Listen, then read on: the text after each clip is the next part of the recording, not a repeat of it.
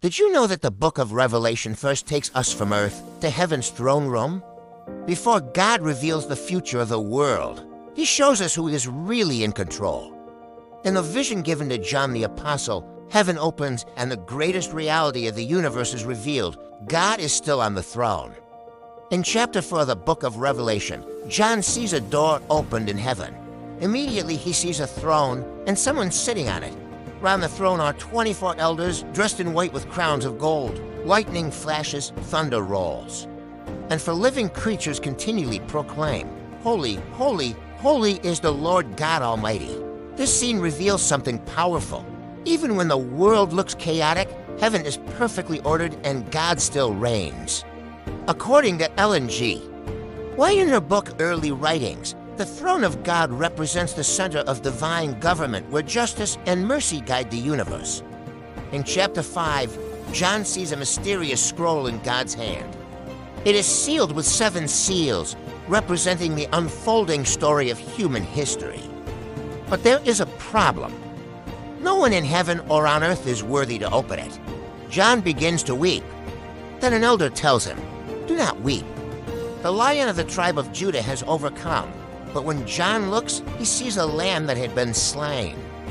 This lamb is Jesus Christ. He alone is worthy to open the scroll because he redeemed humanity through his sacrifice. All of heaven then sings, "Worthy is the Lamb who was slain." This moment reveals that Christ stands at the center of God's plan for history. In the great controversy, Ellen G.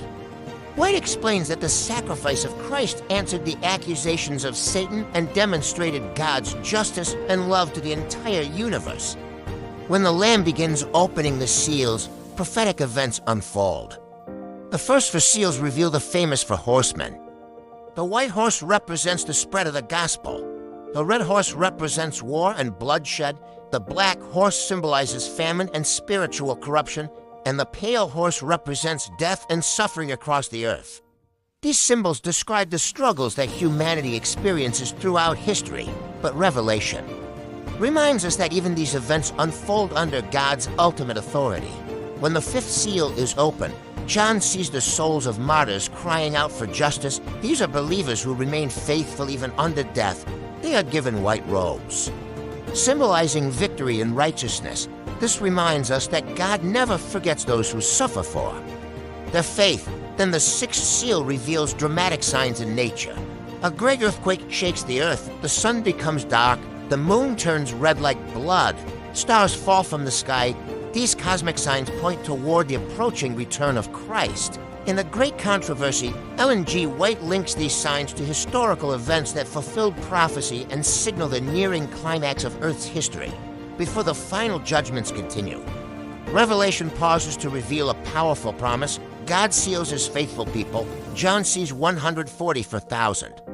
Servants of God sealed for protection. He also sees a vast multitude from every nation standing before God's throne. They are dressed in white and worshiping God with joy. This vision reminds us that God will always preserve a faithful people on the earth when the 7th seal is opened. Something unexpected happens. Heaven becomes silent for about half an hour. There is complete silence.